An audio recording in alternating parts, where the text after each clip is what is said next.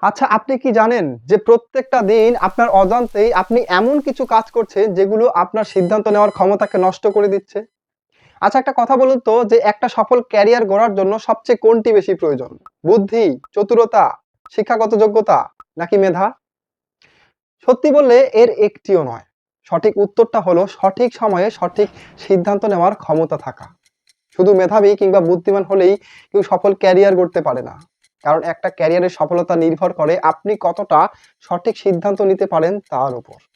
কিন্তু আমাদের মধ্যে অনেকেরই এমন ৩ টে অভ্যাস আছে যেগুলো দিনের পর দিন আমাদের সিদ্ধান্ত নেওয়ার ক্ষমতাকে নষ্ট করে দিচ্ছে। আজকের এই ভিডিওতে আমি আপনাকে সেই ৩ টে হ্যাবিটস এর সাথে পরিচয় করাবো যেগুলো আমাদের ডিসিশন মেকিং পাওয়ারকে ডিস্ট্রয় করে দিচ্ছে। এবং সেই সাথে এটাও বলবো যে কিভাবে আপনি এই মুহূর্ত থেকেই এই হ্যাবিটস গুলো থেকে বেরিয়ে আসতে পারবেন। এবং এই ভিডিওতে আলোচনা করা ৩ টে হ্যাবিটের মধ্যে আমি গ্যারান্টি সহকারে বলতে পারি যে ৩ নম্বর হ্যাবিটটা আপনার সবচেয়ে বেশি ক্ষতি করেছে। যদি আপনার বিশ্বাস না হয় তবে মিলিয়ে নিতে পারেন। তো চলুন শুরু করি। তো হ্যাবিট নাম্বার 1, বারবার নিজের সিদ্ধান্ত অন্যের হাতে ছেড়ে দেওয়া। এই একটা মাত্র অভ্যেস আমাদের মস্তিষ্ককে সুপার কনফিউশন এর মধ্যে ফেলে দেয়। আমাদের মস্তিষ্ক বুঝে উঠতে পারে না কোনটা ঠিক এবং কোনটা ভুল।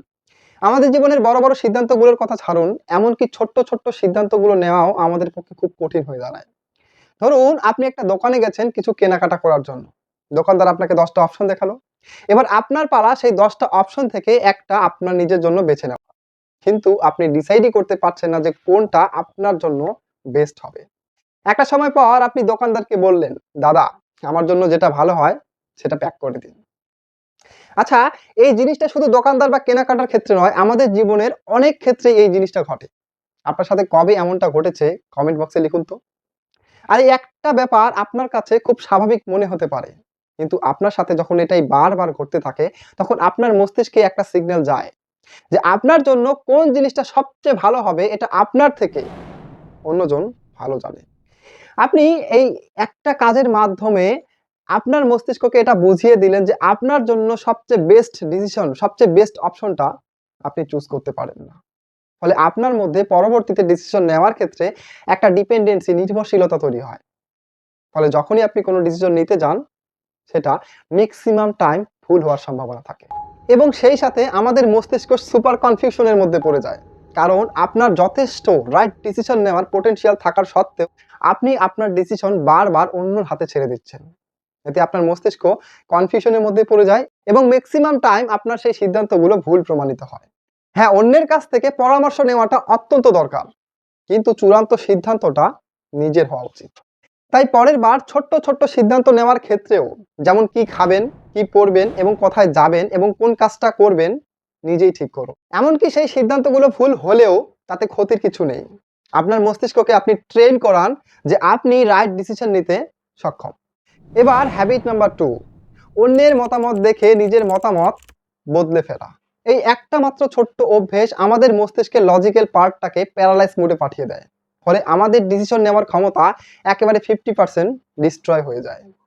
ধরুন আপনি ইউটিউব কিংবা ফেসবুকে একটা ভিডিও দেখছেন।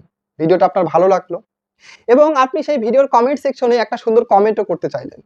কিন্তু কমেন্ট সেকশনে গিয়ে দেখলেন যে বেশিরভাগ মানুষ সেই ভিডিওটা সম্পর্কে খারাপ মন্তব্য করছে। আর ঠিক তখনই আপনার নিজের মতটাও বদলে গেল। এভাবে ধীরে, ধীরে করে আপনি আপনার বিচার বুদ্ধি এবং সিদ্ধান্তের প্রতি আস্থা না রেখে অন্যের মতামতের প্রতি বিশ্বাস করতে শুরু করেন। আর এই কাজটাই যখন আপনার জীবনে বারবার ঘটতে থাকে, সেটা হোক যেকোনো ক্ষেত্রে হোক না কেন, তখন আপনার মস্তিষ্ক এটা বুঝে যায় যে আপনার সিদ্ধান্ত বা আমার নেওয়া সিদ্ধান্ত যথেষ্ট পরিমাণ ভালো নয়। ফলে একটা সময় নিজের ডিসিশন নেওয়ার ক্ষমতার প্রতি আমাদের মধ্যে একটা সন্দেহ তৈরি হতে থাকে। কিন্তু মনে রাখবেন যে ইতিহাসের সবচেয়ে বড়, বড় আবিষ্কার সেগুলো ১ম এ অসম্ভব বলেই সবাই উড়িয়ে দিয়েছিল। কিন্তু সেই মানুষগুলো যদি তাদের সিদ্ধান্ত সেই ভিড়ের আওয়াজ শুনে বদলে ফেলতেন, তাহলে হয়তোবা আজকে আমরা বিমানে চড়ে এক জায়গা থেকে অন্য জায়গায় খুব দ্রুত যেতে পারতাম না। তাই নিজের বিচার বুদ্ধির ঘরে কখনো তালা মারবেন না। মতামতের ভিড়ে কখনো নিজের যুক্তিকে ডুবিয়ে দেবেন না। সিদ্ধান্ত নেওয়ার আগে নিজেকে একবার জিজ্ঞেস করুন যে আসলে আমি কি মনে করি, এবং তারপর ডিসিশন নিন। আমি ভিডিওর শুরুতে আপনাকে একটা অভ্যেসের কথা বলেছিলাম যে এই অভ্যেসটা 100% আপনার মধ্যেও আছে। সেটা মিলিয়ে নিতেও বলেছিলাম। এবার সেই অভ্যেসেই যাওয়া যাক। তো হ্যাবিট নাম্বার 3, সিদ্ধান্ত নেওয়ার পর বারবার নিজেকে দোষারোপ করা। এই একটা ছোট্ট অভ্যেস সবচেয়ে মারাত্মক এবং সবচেয়ে বেশি ক্ষতিকর। আমাদের মস্তিষ্কের মধ্যে এমন একটা বিশ্বাস তৈরি করে যে পরবর্তীতে আমরা ছোট্ট ছোট্ট সিদ্ধান্তগুলো নিতেও ভয় পাই। একটা ছোট্ট বাচ্চার কথা চিন্তা করুন তো। সেই বাচ্চাটা শ্রেণীকক্ষে একটা প্রশ্নের উত্তর লিখে তার স্যারকে দেখালো। তার স্যার বলল উত্তরটি ভুল। দ্বিতীয় দিন সেই বাচ্চাটা আবার একটা প্রশ্নের উত্তর লিখলো, তবুও স্যার বলল ভুল। এভাবে কয়েকদিন চলার পর সেই বাচ্চাটা আর কখনো প্রশ্নের উত্তর লিখতে সাহস করেনি, কারণ তার মধ্যে এমন একটা বিশ্বাস তৈরি হয়ে গিয়েছিল যে সে যদি কোনো প্রশ্নের উত্তর লিখে তাহলে সেটা ডেফিনেটলি ভুল হবে। তাই সে আর কখনো শ্রেণীকক্ষের মধ্যে কোনো প্রশ্নের উত্তর লিখে তার স্যারকে কোনোদিন কখনো দেখায়নি। ঠিক এই সেম ঘটনাটা আমাদের জীবনের মধ্যেও ঘটতে থাকে।